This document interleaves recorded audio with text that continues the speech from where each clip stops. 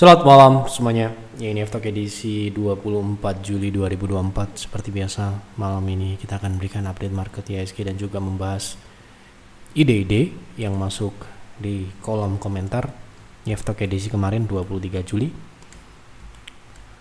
Ya, ada lumayan yang masuk. Ada mungkin sekitar 6 atau 8 saham mungkin yang akan kita bahas di F-Talk malam ini.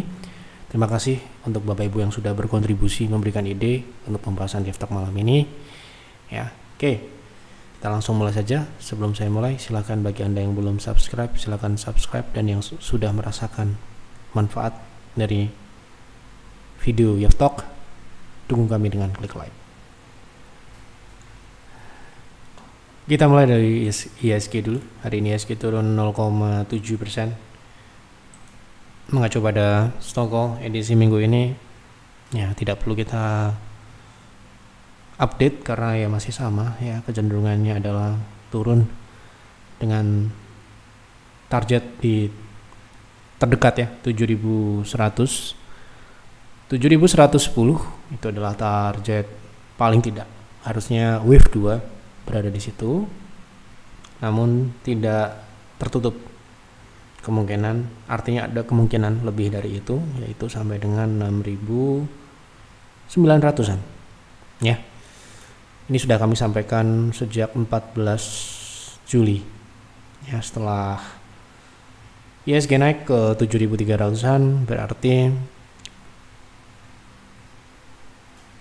agenda atau pola selanjutnya adalah bukan C ya, atau wave turun yang lain, atau wave 2.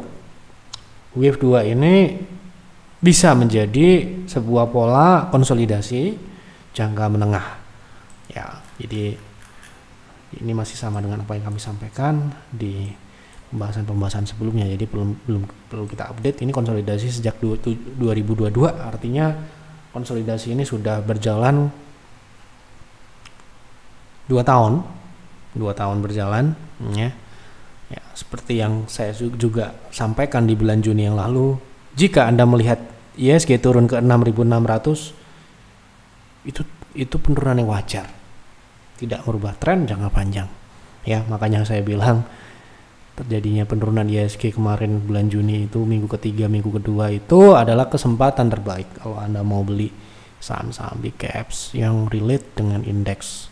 Saham big caps ini ya saham, terutama saham bank ya, seperti yang kami lakukan juga di PTR, mungkin di Blue Santer juga kita dapat 3 saham ya. Nah, dengan kondisi IHSG yang saat ini berpotensi untuk turun lagi, meskipun penurunan ini kami perkirakan tidak sedalam dengan bulan Juni, tetapi mungkin ini akan kami manfaatkan untuk mencari saham-saham baru untuk kita beli tentunya ya. Saham-saham yang saat ini modalnya masih belum maksimal, belum optimal, misalkan masih beli harusnya 15, masih beli 5 atau kurang dari 10 PV, kita akan tambah memanfaatkan wave kedua ini ya. Dan wave kedua ini mungkin akan berjalan sedikit, akan lebih ya, agak lebih pelan, tidak akan seagresif di bulan Juni ya. Jadi jangan kaget kalau ada besok rebound, turun lagi, rebound lagi, turun lagi, begitu ya. Ditandai dengan apa kok saya bilang seperti itu? Ditandai dengan adanya kenaikan kemarin ya. Ini kan bisa dikatakan saat ini IHSG kan pergerakannya di rentang 7.220 sampai dengan 7.340 ya.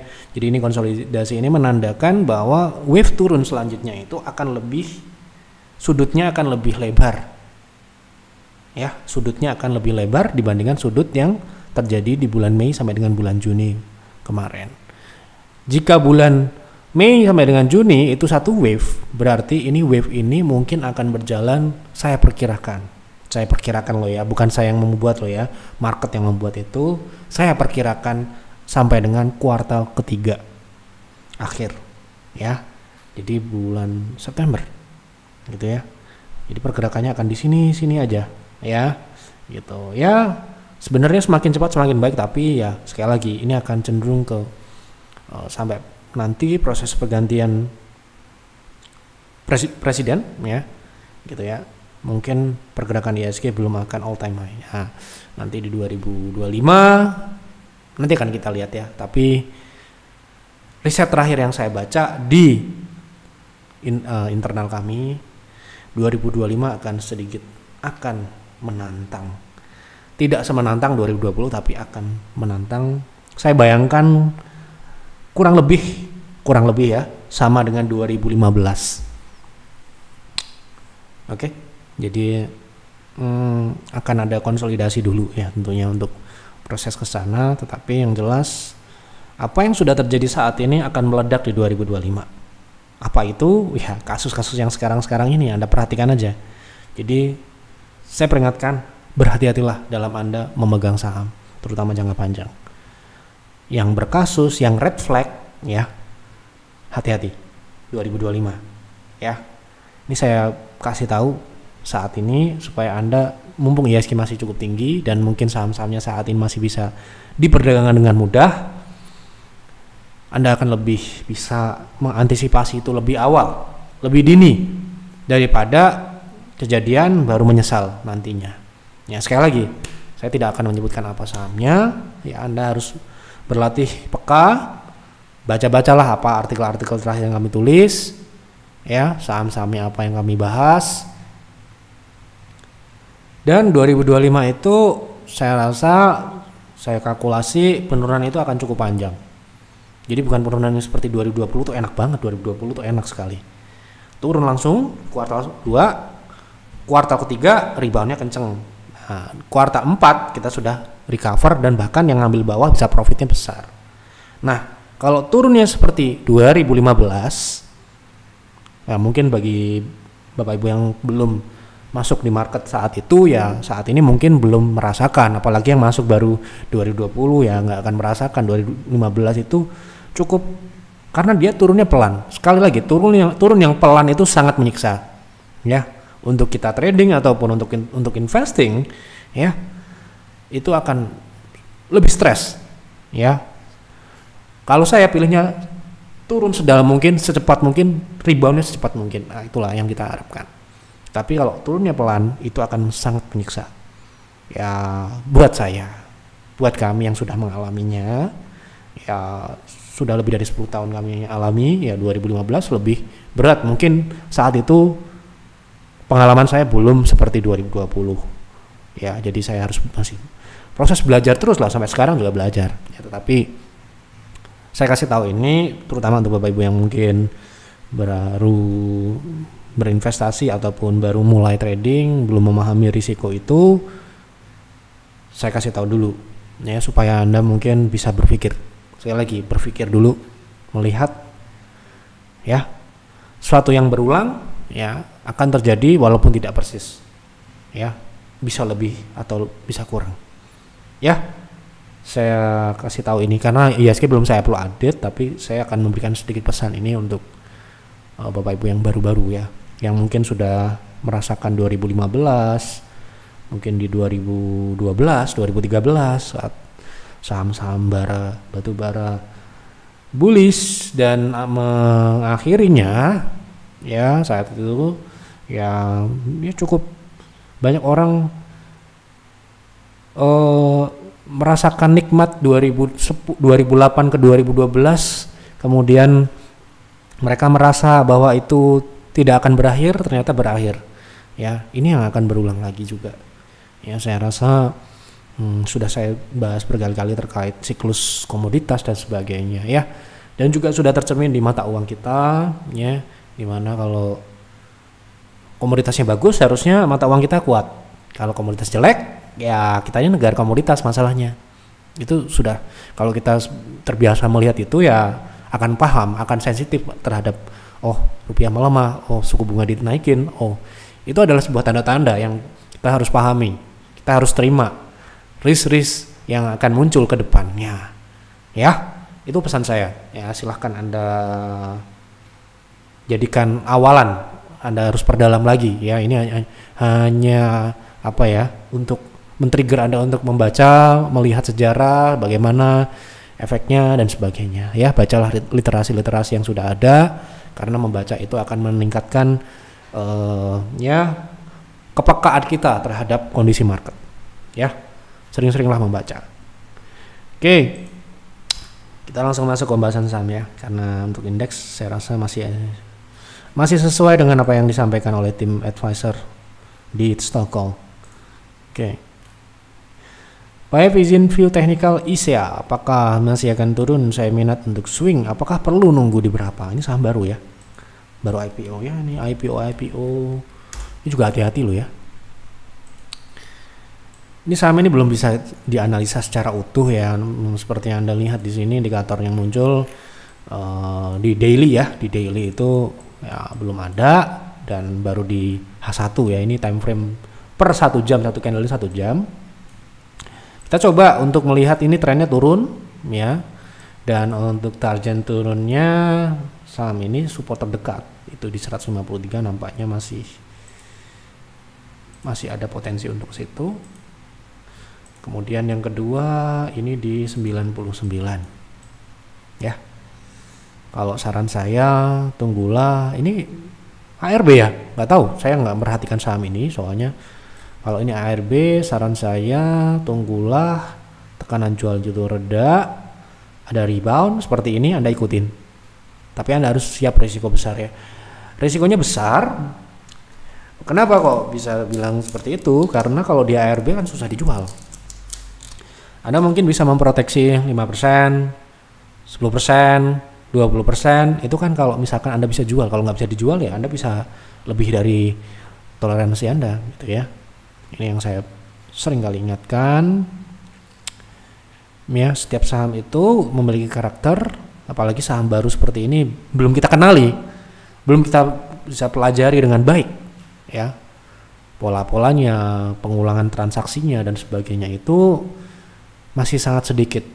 Ibarat kata kita masih mempelajari ombak ya, kalau kita terlalu berani ya kita bisa tenggelam ya gitu. Oke. Jadi kalau Anda tanya target turunnya mungkin di 150 sampai dengan 99 ini, kalau saya mungkin tidak berpedoman pada target turun ini, tetapi kalau dia mulai swing, saya berani, saya ambil resiko besar, saya akan ikuti.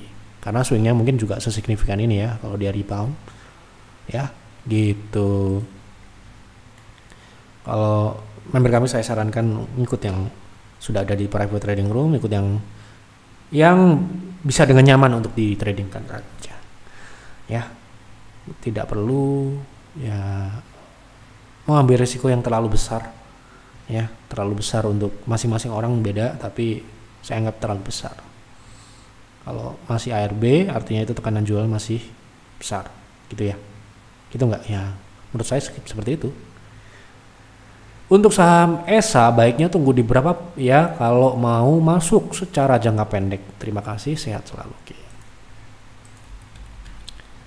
Kita lihat jangka pendeknya. Terakhir dia breakout 825 dan turun lagi ya, kemungkinan ini bisa turun ke gap support dan MA60 ya. MA60 di sekarang karena ini support dinamis dia bergerak 780 ya sekarang. Kalau gap yang fix support di 790. Jadi kalau untuk trading saya akan melihat di support ini, kalau dia rebound saya ikutin, kalau enggak rebound saya tunggu di support selanjutnya. Ini ada gap juga di bawah 725 ya, gitu. Tolong bahas saham games best buy untuk masuk ke saham ini berapa Pak untuk jangka pendek. Baik. Kemarin sudah naik ya.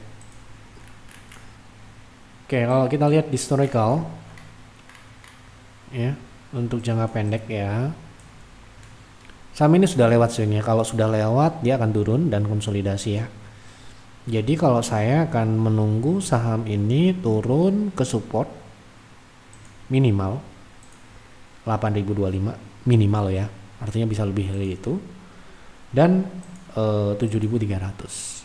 Nanti kalau sudah masuk ke sini, mungkin saya tidak akan langsung beli. Saya akan menunggu dulu dia konsolidasi dulu, ya. Baru nanti kalau sudah mulai ada tanda-tanda dia mau rebound, saya akan beli, gitu. Oke. Tolong jawab untuk jangka menengah atau panjang bagus nggak? Berarti investing ya, investing. Ya, ada jangka menengah itu artinya Anda juga mau bisa trading trend following ya. Ada dua arti. Kalau trend following sahamnya harus uptrend dulu, jangka menengah ya. Kita menggunakan weekly, nggak menarik. Nggak menarik buat saya, kenapa? Karena ini karakteristiknya swing. Oke, ada saham itu yang uptrend tetapi tidak akan nyaman untuk kita trend following kan. Kenapa? Karena karakteristiknya agresif. Ya, gitu. Ada yang saham yang mungkin dia uptrend tapi dia naiknya pelan-pelan. Nah, itulah mungkin yang bisa kita trend following kan. Karena biasanya orang trading dalam jangka menengah atau trend following itu orangnya mungkin tidak memiliki banyak waktu seperti yang member-member Bulls Hunter. Jadi kalau member Bulls Hunter dia full di monitor mungkin akan bosan melihatnya. Aduh, kok ini Jeff ini kok holdnya saham ini terus ya? Gitu. Kok ya di hold karena sahamnya masih uptrend. Gitu. Sahamnya kok itu aja ya. Itulah saham yang dipilih untuk di hold. Gitu ya. Nah, tetapi kalau member private trading room punya banyak waktu terus ngikutin Bulls Hunter. Kebalikannya, nggak punya waktu ikut private trading room. Saya ketinggalan trading ini hari ini. Wah, terus ikut beli besok. Terus ternyata pas jualan nggak ikut. Nah, gitu. Nah, setiap saham itu punya karakteristik yang berbeda. Ini masuk ke private trading room, ini masuk ke Bulls Hunter, gitu misalkan. Ya, nah kalau ini saham ini menurut saya sekali lagi ini mungkin akan lebih bisa untuk kita tradingkan untuk swing jangka pendek. Gitu. Nah, kalau untuk jangka menengah, jangka panjang untuk investing ya fundamentalnya begini. Mau ngapain? Ya. Nggak ada yang lain, gitu kan? Ya. Oke. Jelas ya? Oke. Mau ngapain di sini? Mohon maaf ya, sekali lagi ini bukan saya kok gimana saya mau ngasih tahu.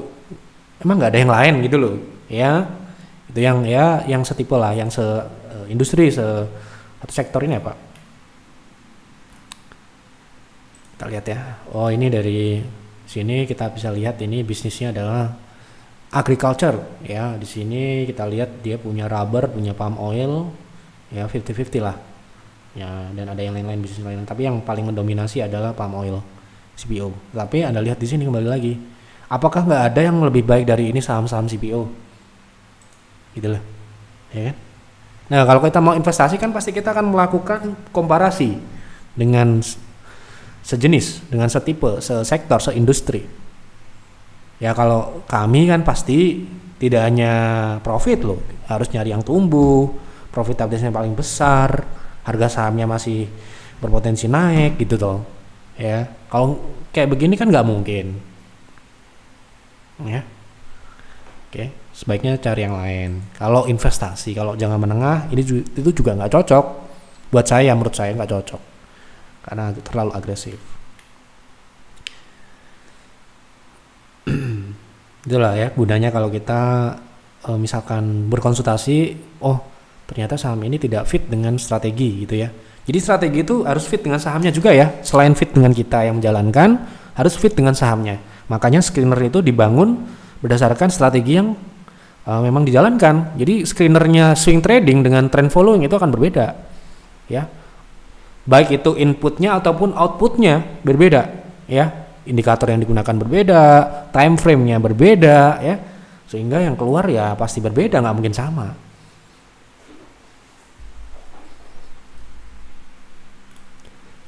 Cukup ya, oke. Mohon dibantu analisa saham AGRO untuk swing trade, baiknya secara teknikal dan fundamental. Mohon maaf, ini mungkin baru pertama kali nonton kali ya. Jadi kalau di kami, mohon maaf ya. Kalau tanya swing trade ya kita hanya akan menjawab berdasarkan teknikal ya. Nah kalau Anda mau investasi, kita akan bahas fundamental dulu, baru teknikal tapi jangka panjang. Oke? Mungkin ini baru pertama kali nonton Jeff Talk, jadi nggak tahu. Kalau di kami itu dipisahkan. Kalau yang dicampur-campur mungkin di tempat lain dicampur-campur, trading sama investing dicampur jadi satu, tanya bisa jawab semua gitu. Nah, kalau di kami dipisah-pisah, mohon maaf, jadi harus satu aja. Kalau mau swing trade ya swing trade aja, nggak usah tanya fundamental, mau swing trade gitu aja nggak usah susah-susah nanya fundamental gitu ya. Nah, ini juga berlaku untuk member loh ya. Jadi kalau member peer, jadi jangan sampai salah kalau Anda mau join peer, terus kemudian Anda tiba-tiba konsultasi terkait swing trading, nggak akan dijawab. Mohon maaf sekali lagi, memang seperti itu. Karena ya advisornya beda, yang jawab itu orangnya beda, ya. Yang menghandle private trading room itu memiliki skill yang berbeda, profil yang berbeda dengan yang menghandle bull hunter bahkan, ya. Jadi kalau misalkan member peer nih, Pak tanya saham ini untuk swing bagaimana, gak akan bisa dijawab. Oke. Sekali lagi, jadi nanti biar nggak kecewa kalau masuk, saya mau join yang biayanya paling murah apa sih, Pierce misalkan, terus join Pierce, kemudian tiba-tiba konsultasi saham BCA, ya itu bukan saham syariah ya, yang menjawab konsultasi juga nggak tahu ya, nggak mempunyai data terkait saham non syariah. Oke, jadi itu mohon dimaklumi, mohon dipahami. Nah, ini untuk saham ini swing kemarin kita sudah sempat bahas ya. Saat ini dia sedang mencoba untuk menguji EMA 60 ya, dan terakhir dia memang beberapa kali gagal. Ya, jadi ini agak-agak berisiko menurut saya. Jadi lebih baik tunggu breakout sekalian di atas trendline. Sebentar saya coba lihat angkanya berapa yang ideal kalau ini breakout gitu ya. Nah, ini kan trennya ada beberapa ya, tren akselerasi dan tren yang satunya yang lebih landai gitu ya. Nah, kalau saham ini breakout ya di atas 252 ya, berapa besar potensi dia menguji dia punya trend line yang lebih besar, itu cuma 5 atau 6%. Sehingga untuk skenario saat ini yang paling tepat dan paling menguntungkan, tunggulah saham ini breakout di atas 268. Jika dia breakout di atas 268 gitu, berarti upside-nya akan lebih besar, ruang naiknya lebih besar. Ke berapa? Ke 300. Kita ambil yang paling dekat dulu, yang masuk akal dulu ya, yang ke 0,618 itu 314. Jadi kalau Anda masuk ketika breakout gitu ya,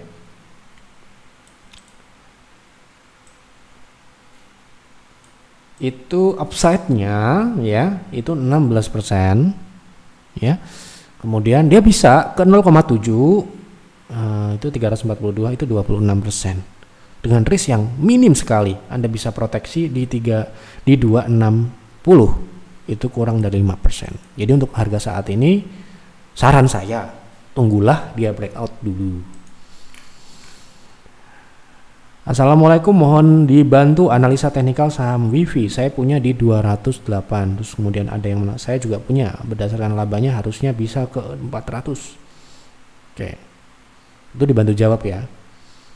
Teknikal ya, tapi saya akan jawab untuk teknikal aja ya. Saya akan menjawab yang fundamental gitu ya. Terakhir kita bahas ini ya, WFC. Ini kita juga trading kan di private trading beberapa minggu yang lalu, beberapa waktu yang lalu.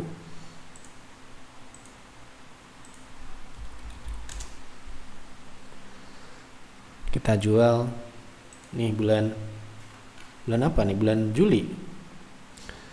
Di 200 kita jual. Kita belinya di 190 ya. Kita jual kemarin tanggal 5 terakhir. Setelah kita jual, dia sempat naik lagi ke 216, itu TP2. Kemudian dia turun ya. Nah, sekarang ini kalau mau trading, kalau mau re-entry gitu ya, di berapa idealnya? Kalau saya melihatnya ini bisa turun ke 185. Jadi saya akan tunggu di 185 untuk swing. Kemungkinan bisa meretest kembali 200 untuk swing ya. Sekali lagi jangka pendek, teknikal jangka pendek. Begitu.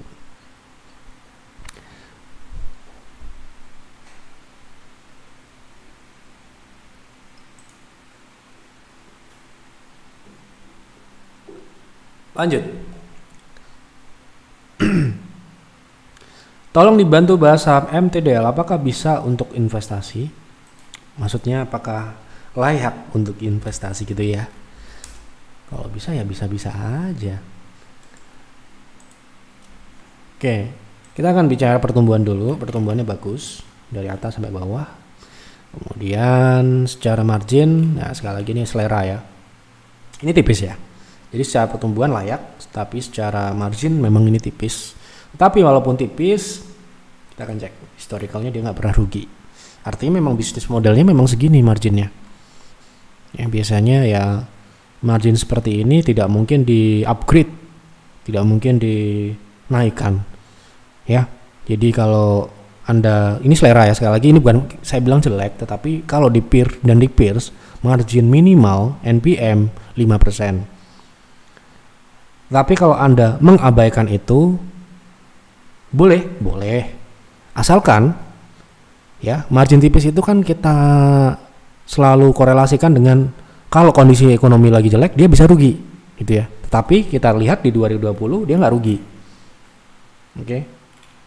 Segitu-segitu aja. Artinya dia bisa mempertahankan margin segitu. Ya. Jadi tipisnya margin itu bukan karena kondisi ekonomi, tetapi memang bisnis modelnya memang seperti itu, sebesar itu dagingnya gitu ya. Nah ya gitu. Jadi pertumbuhan bagus, secara profitabilitas dia saya bilang stabil, tidak tebal ya. Kalau saya dihadapkan dengan pilihan yang lain, andai kata ada yang setipe kemudian marginnya mungkin bisa stabil ini dan di atas 5%, saya akan memilih itu ya gitu. Bagaimana secara teknikal MTDL, secara teknikal jangka panjang ya. Wah, ini kita pernah bahas ini.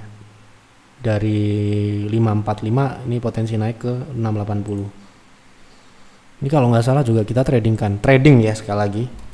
Nggak mungkin invest karena ya terakhir kita beli, wah udah bulan Februari di 500 kita beli. Ya ini ya. Stok 4 Februari. Kita coba buka. Lama sekali naiknya ya ternyata. Tapi kita jualin profit ya. Nah ini ya. Targetnya 700, sekarang target keduanya sudah tercapai belum? Belum. Luar biasa ya, yang masih hold. Lama juga ya saham ini ya. Gitu, pelan maksudnya. Tapi ya profit ya, tetepan. Itu profitnya memang tidak bisa instan karena ini sahamnya relatif sepi juga ya.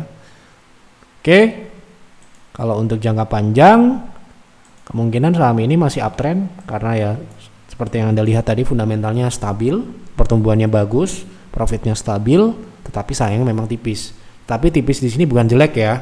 Kalau tipis yang jelek itu rugi gitu ya. Dia di tahun-tahun tertentu dia rugi, berarti memang dia sensitif dengan ekonomi gitu ya. Nah kalau menurut saya Metrodata ini lebih ke memang bisnis modelnya segitu marginnya ya, silahkan dipelajari lagi. Jadi apakah layak? Mengacu peer dan peers di kami tidak menarik ya, tetapi kalau Anda mau melihat dari pertumbuhan dan teknikalnya menarik. Ya sekali lagi ini selera ya, tadi saya sudah bilang selera. Oke, tolong bahas CGAS untuk swing trade. Oke, CGAS untuk swing trade.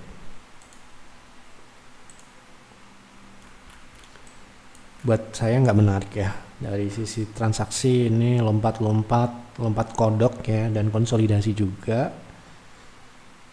Cari yang lain lah, karena dia konsolidasi juga. Dan mungkin kalau kita mau beli 1000 lot 2000 lot ya bisa-bisa aja, mungkin nggak tahu ya bisa apa tidak, silahkan dicek. Tapi ini nggak liquid ya, jadi ini juga secara teknikal ini konsolidasi ya, dan lompat-lompat ini yang kita khawatirkan ini bisa menjebak, tidak liquid dan dia sering lompat-lompat ya, tidak wajar ya menurut saya seperti itu.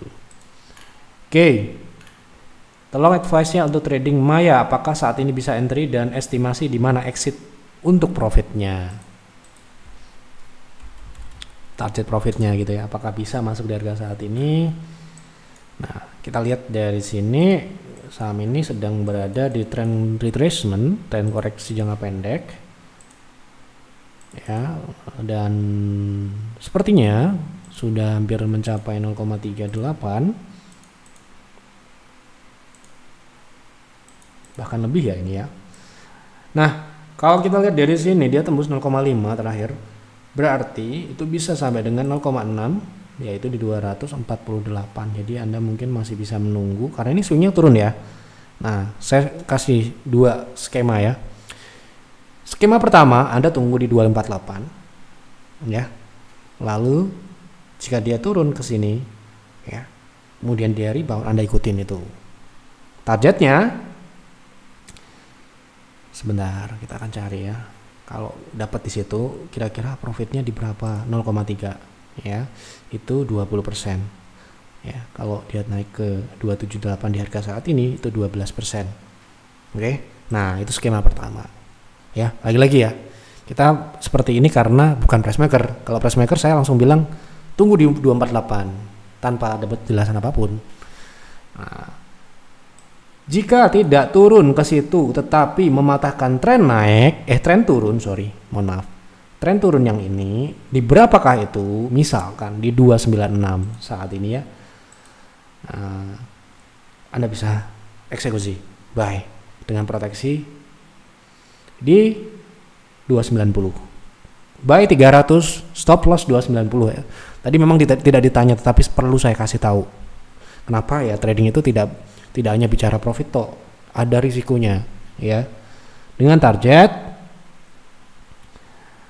di 400, di sini ada resist cukup kuat ya, area ya, saya sebut area 390 sampai dengan 400. Bisa lebih ya, bisa, tapi nanti kita lihat ekstensinya berapa setelah memang sudah di breakout. Karena di situ kita bisa tarik Fibo ya, extension. Kita lihat ekstensinya sampai berapa, dari situ ujungnya turunnya ini sampai berapa, itu menentukan ekstensi selanjutnya. Oke. Baik. Sudah saya bahas semua apa yang ada di kolom komentar. Terima kasih. Ini sudah 32 menit kita live Yev Talk. Terima kasih untuk Bapak Ibu yang sudah berkontribusi memberikan ide. Mohon maaf apabila jawaban atau pembahasan saya tidak sesuai dengan apa yang Anda inginkan, tetapi itulah saya mencoba untuk jujur apa yang saya lihat, apa yang saya ketahui ya.